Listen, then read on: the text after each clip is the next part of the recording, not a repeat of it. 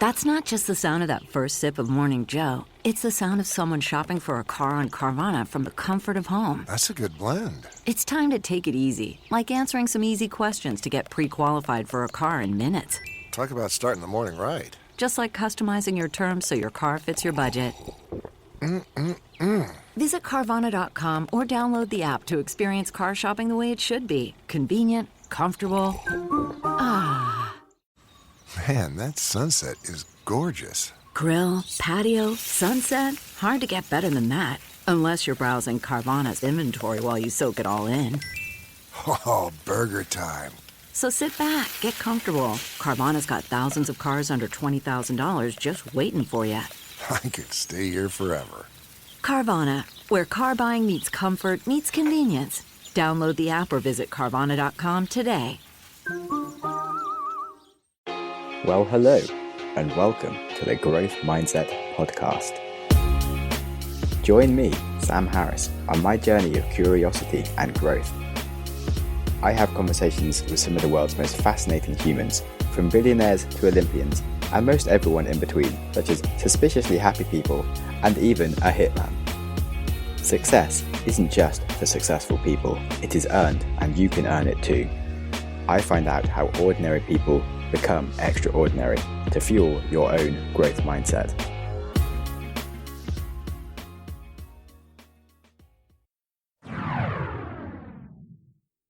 Welcome to the show. Today we have Randy Ginsburg. He is an entrepreneur and author from New York who has written the book Adversity to Advantage. It focuses on how the problems in our lives can help us build a stronger personality and become a more successful human. It's a great book and my pleasure to have him on the show. Welcome to the Growth Mindset Podcast. Thanks, Sam. I'm very happy to be here. Cool. So I'd like to have a bit of an introduction to my guest. So can you give me your life story this very quickly in 3 minutes? Yeah, definitely. So I grew up in a small suburb of New York, and I was always a very creative kid. I was very entrepreneurial and scrappy. I was the type to do lemonade stands and door-to-door snow shoveling and sell Snapples and sodas out of my locker at school. And that really set the tone for me wanting to become an entrepreneur when I grew up. And in my middle school years, and this is what really prompted the idea for the book, I faced a lot of childhood bullying. And because I was a bit different, I looked very different. I had small,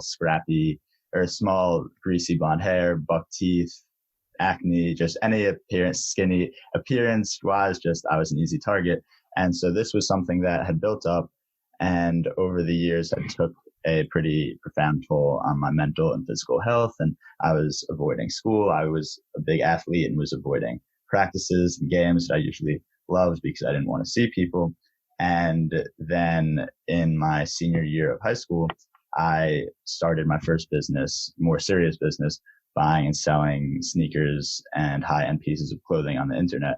And this started with buying one pair on Facebook and getting a loan from my parents for $150. And they sat for 2 months. And my parents were like, to sell the damn things already. Like, why did we give you this money? And eventually I flipped it. And then with the pair that I flipped it with, I bought 2 more pair. And then one of those pair I traded up. And I just continued to snowball this until I had around $1,000. And I then started buying, like anything you buy in bulk. I bought 6 pairs and then got them for a cheaper price and continued to flip those. And over the course of 3 years, it really turned into a very profitable business, and it became my identity. And that was a real coping mechanism for me to escape the bullying and focus on something more meaningful. That was in high school. I then went to study at Syracuse University, a college in New York, where I majored in entrepreneurship and marketing. And during my last year at Syracuse, I started working on the book, the title that you just mentioned, Adversity to Advantage, How to Overcome Bullying and Find Entrepreneurial Success. So for the last year and a half, I've spent my time interviewing and researching a highly diverse group of successful entrepreneurs, all who were bullied as kids, in an attempt to see how these experiences that we conventionally think are very negative actually were positives in their lives and help teach them really valuable lessons and growth mindsets and the things that propelled them into entrepreneurial success. So the book launched in July. And since then, I've been doing a lot of press and speaking and a little bit of coaching. And now we're here. Cool. Yeah, that's nice. Sorry to hear about your bullying. I mean, No worries. So, as in some people say, like, they can become entrepreneurs much later without ever doing stuff when they're young. But do you know why it was that you're interested to be an entrepreneur so young then? So I think there's a big debate over entrepreneurship, whether entrepreneurial skill is something that's innate, something that you're born with, or if that's something that you develop over time along your life's journey and it's affected by all the different events in your external environment. And for me, I think it was a mix of both. So I was always, like I said, very scrappy and had a good sense of business. But part of the reason I wanted to become an entrepreneur was because of the bullying. I think it gave me a chip on my shoulder. It gave me a desire to prove myself and a desire for control over my own life and wanting to kind of go against the grain, which was something that I'd always done, because entrepreneurship is, of course, not the most profitable. It can be, but if you're chasing money, you probably should be in another career path. It's not the most profitable. It's not the most financially stable. It's pretty ambiguous, and that's not for everyone. But the idea of risk and challenge has always been something that I've welcomed on into my life. And I think that became so relevant and so important to me after having gone through the bullying. So I think that had a pretty profound impact as well. So when you first started getting bullied, then it was just like kids being kids. Yeah, it was kids being kids at first. And then it was started to just pick up. It was more physical, obviously cyberbullying. I grew up in the age like you with a lot of technology. And older days, you could leave school and you go home and you do whatever you want and you don't see the kids till the next day. With cyberbullying, you're never really escape. You know, there's an avenue to you at all times. And it started with initially kids being kids, and it picked up to be a bit more intense, more gradual over time, and carried on for a few years. And once you go through that and your guard's already let down and you develop anxiety and depression and you're more self-conscious, it's things that might not initially have gotten to you already start to seem a bit worse. So it was just a gradual process that was trending downward. Wow, that's not very nice at all.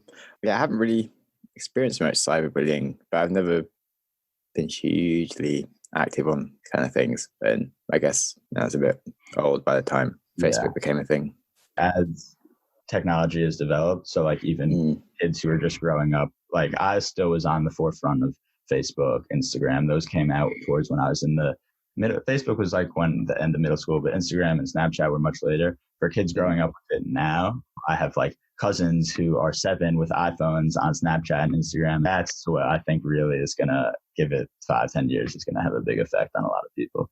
Definitely. I mean, I remember when I was at college, my friend's little sister's Facebook was becoming like really big.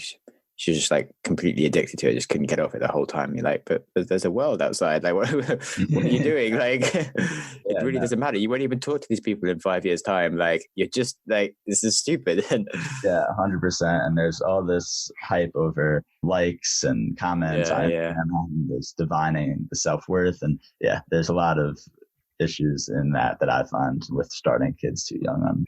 Yeah. Right. Can you give an example of what cyberbullying would be exactly? As in people, how do you get isolated on cyberbullying, or how do you feel?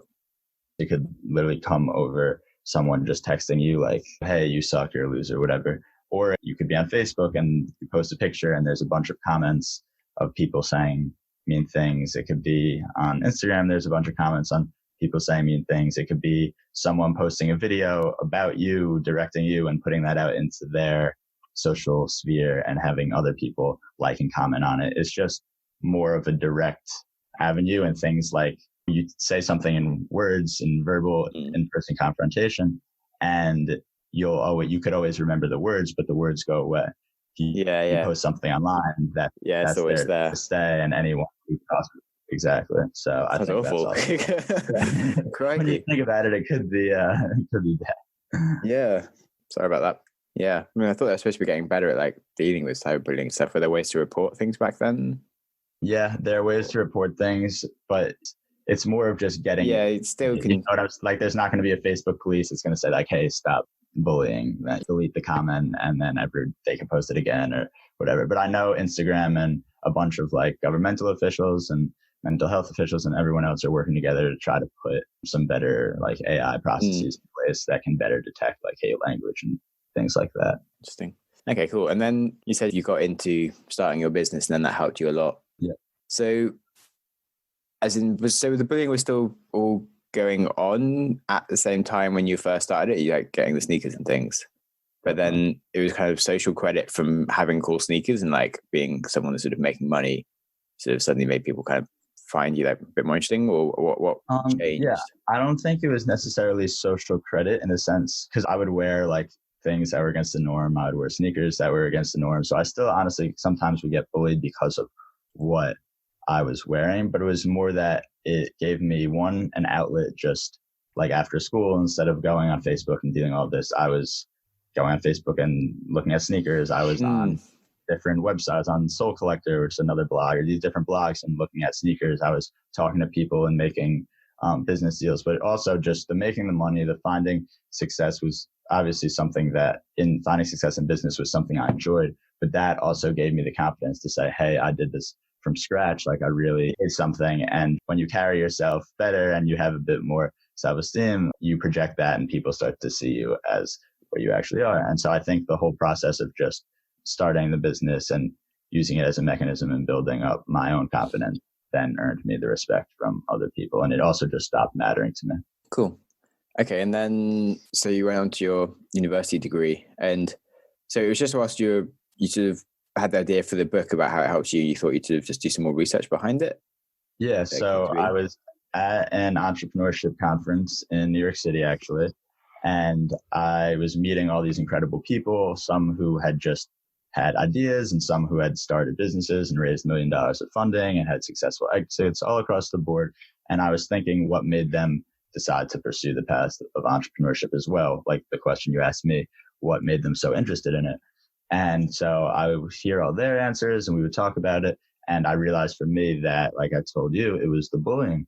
And so I immediately thought, oh, well, are there any other successful entrepreneurs, people who have already done it, people who have exited, who have went through the same experiences, and how does it help them? And that was my initial thought and inquiry. And then I started to do research. And one of the first pieces of like foundational research for my book came from a psychologist named Ellen DeLara, who she was a teacher, researcher, psychologist, and author, and she was a professor at my university. So I had easy access to her.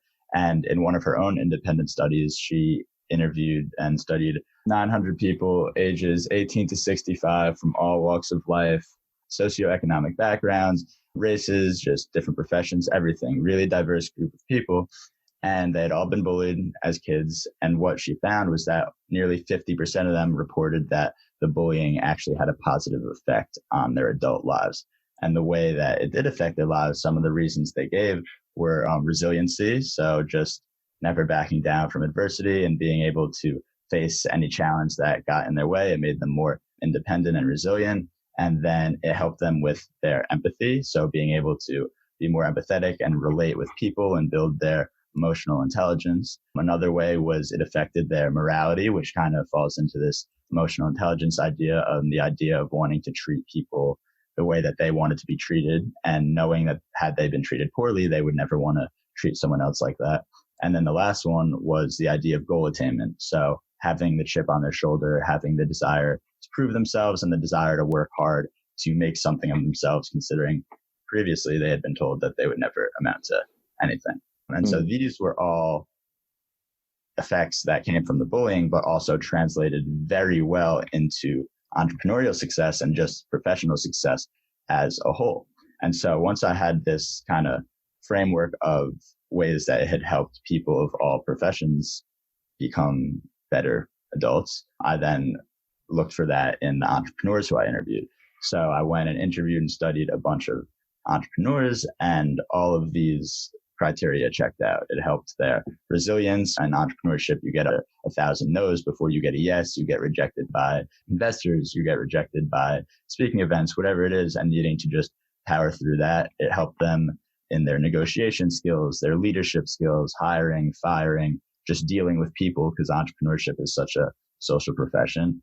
And then it also helped them with the drive and the desire to prove themselves and the goal attainment piece. So in the interviews and what I disclosed in the book and the specific stories, it all really came together and solidified. And that was really cool to me.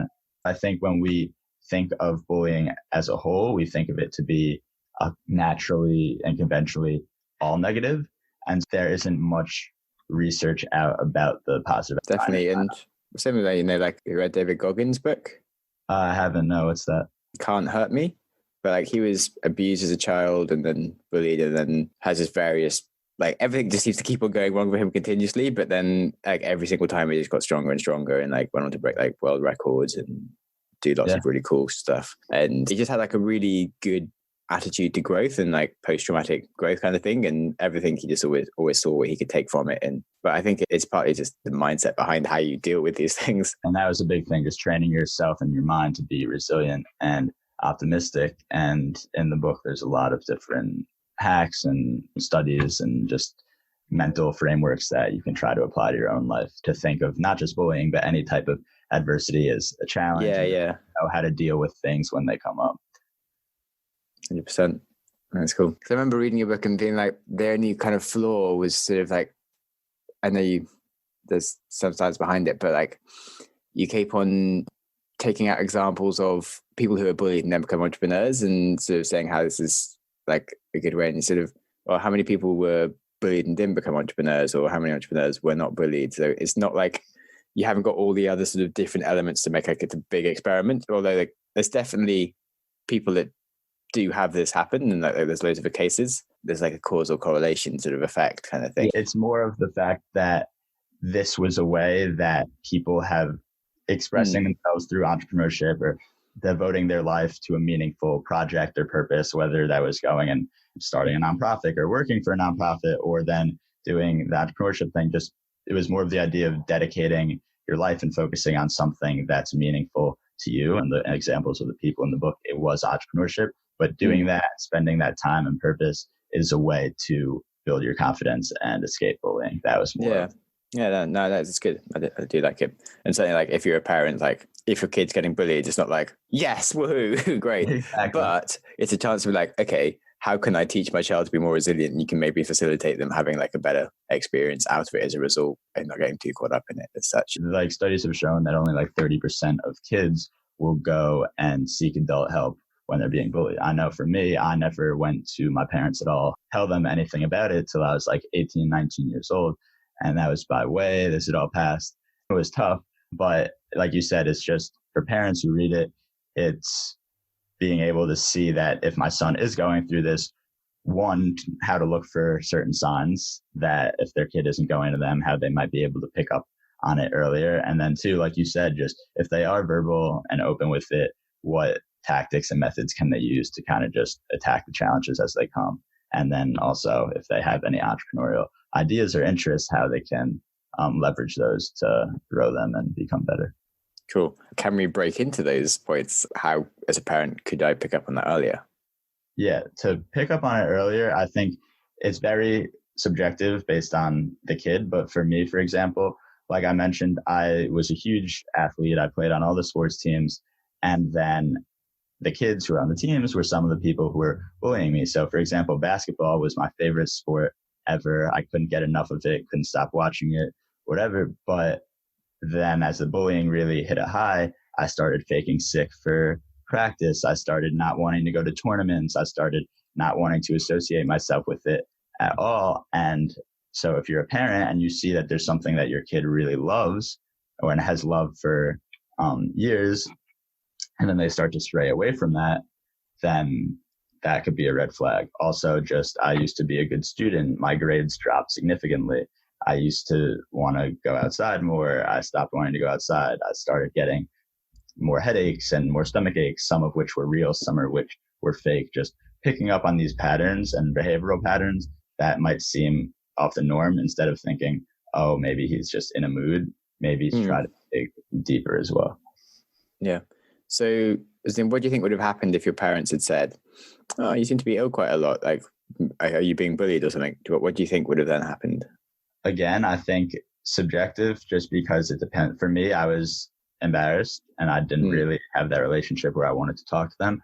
But if they had asked me directly, are you like, yeah, I probably would have said something. My issue, and I think a lot of kids, is they don't want the parents to intervene and make it worse. Like I knew my parents would be like, oh, if we heard something, we'll go in and we'll tell their mom, whatever. Like I didn't want them to get involved because I thought it would make it worse. But I think now kids are a bit more, at least from the parents that I've spoken to, they foster that relationship earlier and kids are more inclined to tell them things like that as long as they know that the parent won't go like crazy and start like turning over all these stones, but as opposed to just working with them individually to try to get over it. I think that's more powerful.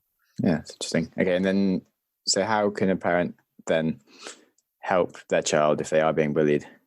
Yeah, I think that comes to the idea of like the mindset stuff that we were talking about. So one of the studies that I really like came from a woman named Suzanne Kobasa. She was a researcher at the University of Chicago, and in 1979 had a big study on stress hardiness, which is basically the positive response to stressful situations and the ability to minimize their negative effects. So basically just dealing with stress and resilience and everything that goes along with that. And so her framework that she created was called the 3 C's. And the first C is challenge. So the idea of resilient people looking at adversity as a challenge, as something to tackle that is going to come up in life, but something that instead of being a life paralyzing, defining event is actually something that we embrace and can grow from. So just framing your mindset to look at adversity in that way. Then the second is commitment, which is about seeking and fulfilling a purpose and just being dedicated to something, whether it's your friends, your religion, or your studies, or for me, starting a business, just finding a commitment to something tangible or some idea that can help you escape whatever adversity you're going through and help provide some balance into your life. And then the third is personal control. And this is personally my favorite, just that resilient people spend their time and effort focusing on things that are within their control. We tend, just as humans, to worry so much about these external outside events that are ultimately out of our control. And although they might have big impacts on us, the more you worry about it, nothing more is going to come in your control. So just by thinking about things that you actually are able to make a difference in your own life, that's another great way to form that resilient mindset. And so I think for parents, just since those are pretty basic concepts that I think most kids are able to comprehend, just sitting down with them at a young age, breaking these ideas down with, regardless if it's bullying or anything else, that you're going to come across some tough times in life, but keep these in mind when you want to deal with them. I think one of the 3 C's is a great example of the framework. Yeah, it's really useful. Glad I asked the question. Nice. So have there been any other major lessons along these sort of lines that I should be asking about? Yeah, I mean, there's so many studies. I'll even, another example of like a framework that comes from the same chapter actually is another framework called 3 Ps. This was by Martin Seligman. Yeah, 3 Ps and 3 Cs. Yeah. By Martin Seligman, who he's a really famous psychologist. He studied at the University of Pennsylvania, positive psychology, learned optimism, just the idea of similar to stress hardiness, just being resilient and optimistic. So for the 3 Ps, the first one is permanence. And this is the idea that a bad situation will never last forever. So nothing is permanent, that there's always a light at the end of the tunnel. Every storm runs out of rain. All of these quotes that we've grown up hearing, but it's actually true. And so that's really important to keep in mind. Then the second is pervasiveness, which is the belief that a negative experience impacts all avenues of our lives, which isn't the case. For example, if you have a bad relationship with a friend or a girlfriend or whatever, you could say, I can't trust my girlfriend, not I can't trust all girls. So instead of, it's a very subjective situation, but it doesn't affect all avenues. You can't blow it up into a grand generalization. So not letting it affect different areas of your life. And then the third is personalization. So this is very similar to the personal control, but it's just not making anything seem like any external events, not blaming themselves for it, recognizing that they can only control what's personalized, and that if something bad that happened that's outside of their control, that's not their fault, and that's something that they just need to accept. So those three also are very powerful. How would you suggest going around teaching a child, and you just sit down and go, so today we're going to learn about the 3 Ps? Or is it sort of like when something comes up, you go, oh, have you thought about like how permanent this is, and like asking the right questions? I use an event as an example. So, like this could be extreme for some people, but like death is something that's going to come up in all of our lives at some point. So I guess if a kid, let's say a grandparent passes, or it doesn't need to be death, but any type of like, if there's a tree falls on the car and it's in the driveway, just these things that come up in life, and there's an event that you can tie that to. And then that's the time where you sit down with your son or daughter and you say, hey, this just happened and it's sad, but this is how we are going to work towards getting better over it. I think they'll then remember and tie it to that event. And that's something that they'll remember, as opposed to just treating it like a class or something, or a lecture, because no kid wants to be lectured and sat down. They're going to be looking at their phone or looking the other way and saying, get me out of here. But I think when you're dealing with something in the moment, and then you're able to bring that on top of it, and they'll be able to use it. Sure. Cool. So is there anything else specifically about the book that you would like to discuss? I think the one thing, and this is just the way the book's structured, and this is the framework that I put together based on the people who I interviewed, their stories and the ideas for the readers to go and use it and apply it to their own lives, was this idea of the INVENT framework, which is just a framework that doesn't need to be taken in any ordered steps, but that is used to overcome adversity and then go on to pursue entrepreneurship or professional success. And it's based off the teachings in the book. So the first one is to establish identity. So figure out who you are, what you stand for, your values, your belief systems, your interests, just what you want to be known for and put out into the world. Because like I mentioned with the confidence piece in the beginning, you need to be confident in yourself and project yourself outwardly before anyone else that you meet is going to believe in you or take you seriously. The N is develop your nerve. So the idea of just building up a pain tolerance. I know Elon Musk, and he's one of the people that I researched in the book, who was bullied. I unfortunately did not get a chance to interview him, but there's a lot of information out there already on his story. But he says, if you want to start a business, my biggest recommendation would be to have a high pain tolerance. And so just getting familiar with pain and getting familiar with adversity. So develop your nerve. The V is to visualize your goals. And that chapter really talks about the law of attraction and manifestation and vision boarding and just goal setting and driving towards progress. The E is engage with others. And that talks about the emotional intelligence aspect that I mentioned came from the bullying, and just the importance of emotional intelligence in life and in business and interacting with other people, since we are such social beings. The N, the second N, is embrace the now, which focuses on the idea that right now we have so much technology at our disposal. It's never been easier to start a business, to start a podcast, to start a TV show, whatever it is, and just how to take advantage of that and use the technology for a positive as opposed to the negatives that we were talking about in cyberbullying. And then the T, and it's the last one, and this is the one that had a big impact on my life, and I think can on other people as well, is, have you ever read the book The Third Door? Or have you heard of the book The Third Door? Yeah. Alex Mannion? Yeah, Alex Mannion. He's the youngest international best-selling author, I think, ever. And his idea, he wrote The Third Door book, where he went and interviewed and had the chance to interview some of the world's biggest people of every industry: Bill Gates, Steven Spielberg, Jessica Alba, Sugar Ray Leonard, just so many different people, and condensed all of their advice and everything else into a great story and book.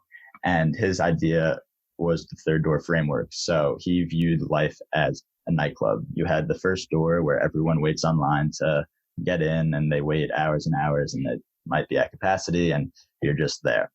Then you have the second line, which is for the VIPs and the celebrities and the people with money who they just lift up the rope and you go on in. And then they have the third door, which is where people take the risks and the unconventional, scrappy methods to jump over the fence or sneak in through the back window or bang on the back door and have someone let them in. And what he found was that all of these super successful people ended up taking the third door and doing something scrappy and unconventional in order to get in whatever industry or field that they ended up becoming successful in. So this last chapter talks about how to build up the confidence to find your own third door moment and take that risk, whether it be entrepreneurial or something else. So I think that framework is just something that people, and I'm from who have read it, and when I go to speak, people come up to me and try to apply it to their own lives and have found some success with that.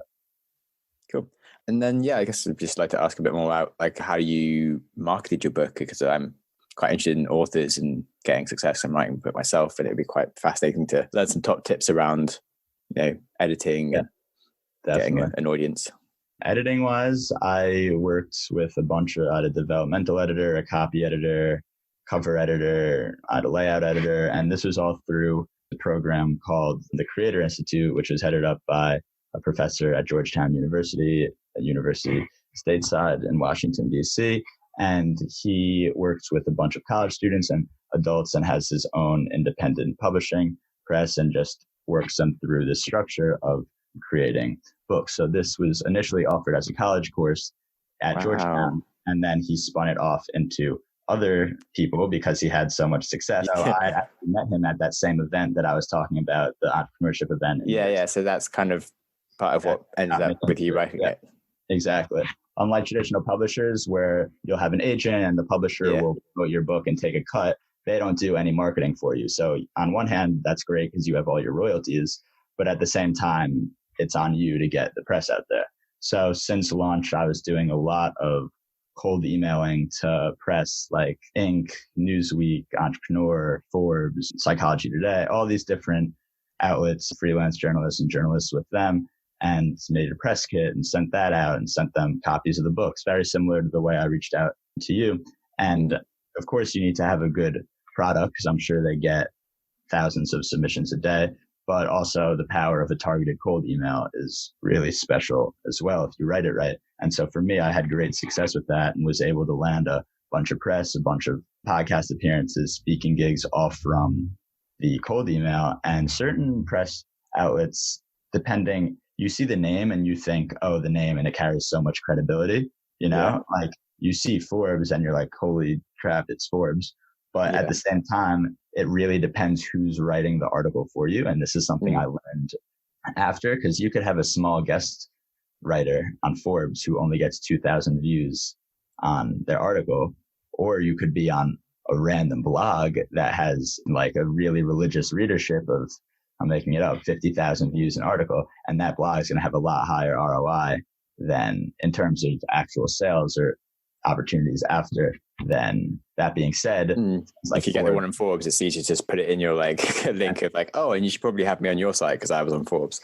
Exactly. For sites like that build the social credibility. So I think it's a good marriage to try to target some of the bigger publications to build that social credibility where you can go and say, hey, check out my feature in Inc., check out my feature in Forbes, put it on your website. Sure. But then also if you had it targeted, for me, like a bullying blog, for example, that the guy only writes about bullying, but all the parents and all the kids go to that nonprofit or that blog and they're posting about your book, that's really powerful as well. So as far as marketing strategies for book goes, I think just be strategic and as strategic as possible. And then also take time to plan it out. Like if I could go back and do it all over again, I would have spent 6 months prior to my launch. It only took me like a little over a year to write the book, but I would have spent 6 months prior leading up to planning press for the launch as opposed to launching it and then trying to go and plan everything,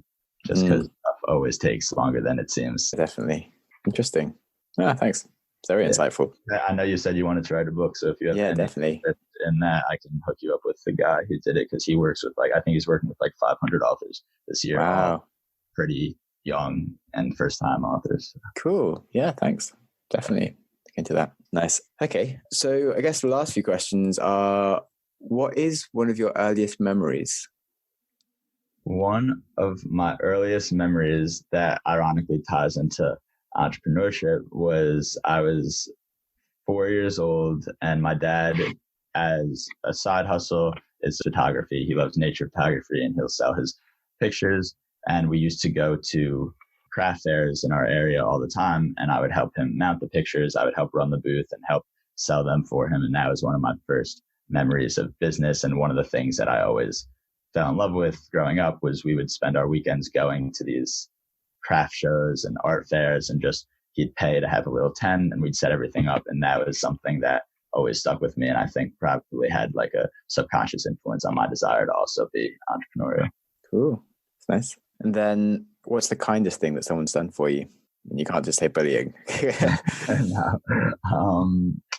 This is just recent that has come to mind. I do work a full-time job still. One of the kindest things is when people in general will take a chance on you without knowing you as well. You know, like you could grow up with someone for 15 years and you have formed this really great relationship, this strong tie relationship. So by nature, you both care about each other. You're going to do kind things for each other. But I think the most impactful to me are when you have the weak tie relationships and someone just out of the blue might see something in you or take a liking to you and then do this act of kindness. So most recently, I was at one job and the company wasn't doing too well and my situation at the company wasn't great. And I had a very weak tie relationship with one of the other employees, a higher up manager, and she was in the learning and development aspect of the firm. And so she was responsible for training and recruiting and everything else that went along with that.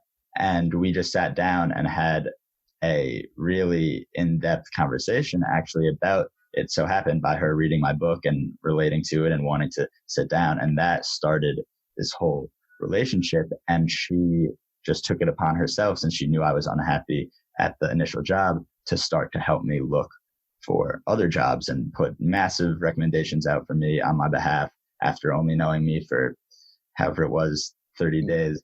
And she was actually played a pretty important part in me landing my next job. So I think that was one of the kindest things someone had done to me, just taking the chance on me and putting their 25-year career reputation on the line for a kid that they met 3 weeks ago, whatever it was, after just having one or two conversations, and then actually using that influence, like you mentioned, and everything else to help me land a job, I think was really kind and powerful. Yeah, it's nice. It's great when some humans really show up. And yeah. When people do that, like you grow a lot more yourself though as well. It's not often as risky as it seems, because you kind of feel like, shit, I've got to really, really do well for this person because they've put themselves out for me. Yeah. It's really nice. It's reciprocal. It also makes you want to pay it back. Yeah, you know? Yeah, exactly. Now I feel obligated, not with just her, but just with anyone, someone comes to pay it back, you know? Same. This is why I like asking this question, because it's just very inspiring to hear like tales of kindness, and it provides like a trigger to sort of do the kind things. So when like this opportunity comes up, you realize it for what it is as an opportunity. When like someone you don't know that well is like ask me for something, I'm like, wait, this is a chance I can be really awesome right now and like be nice to this person, which you maybe just don't normally notice. So it just seems like some random person asking for something. You're like, hey, I can show up right now. Sweet. Yep. And like it's good to be reminded of these things. We should talk more about like nice things, I feel. Definitely. I agree. Totally, I agree. Cool. All right. Well, thank you so much for coming on to the show and talking about the book. And I hope it grows and that you do more entrepreneurial things and writing things, and I'm sure you're going to go places. Thank you. I appreciate it. Thanks again for having me on. No worries. I hope you enjoyed the episode as much as I did. My goal for this podcast is to help make people happier and wiser. And I'm also working on a few other projects in the podcasting space to achieve the same thing. I run the Wiser Than Yesterday podcast with a friend, where we read and discuss a great non-fiction book a week. Talk about things like philosophy, psychology, the economy, self-improvement, and business. Books such as The Black Swan, Anti-Fragile, Invisible Women, How to Win Friends and Influence People. It's a great resource. I also run the Curious Comforts podcast, finding out what's going on in the world and how to improve it with industry insiders.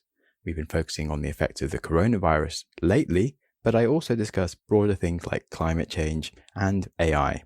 Most recently, I've been building an app, Syncify. It's really to level up your podcast experience.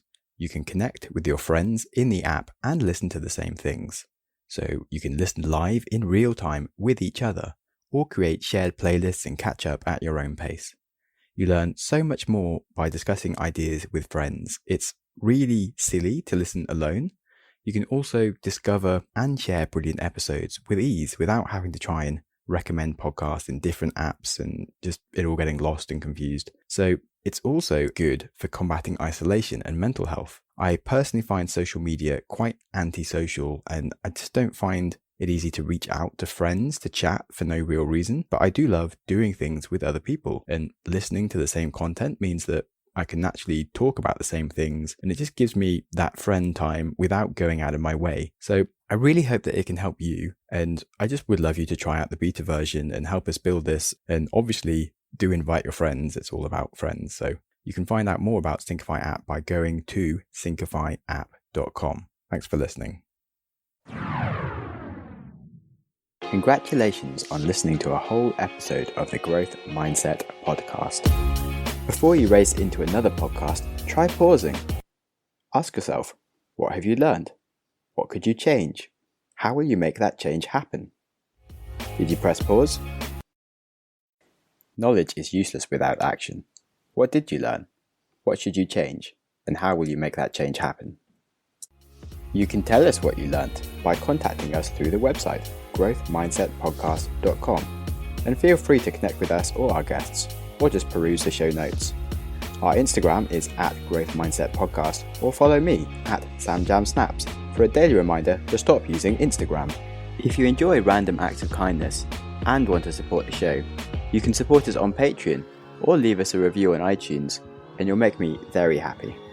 And with that, keep learning and keep growing.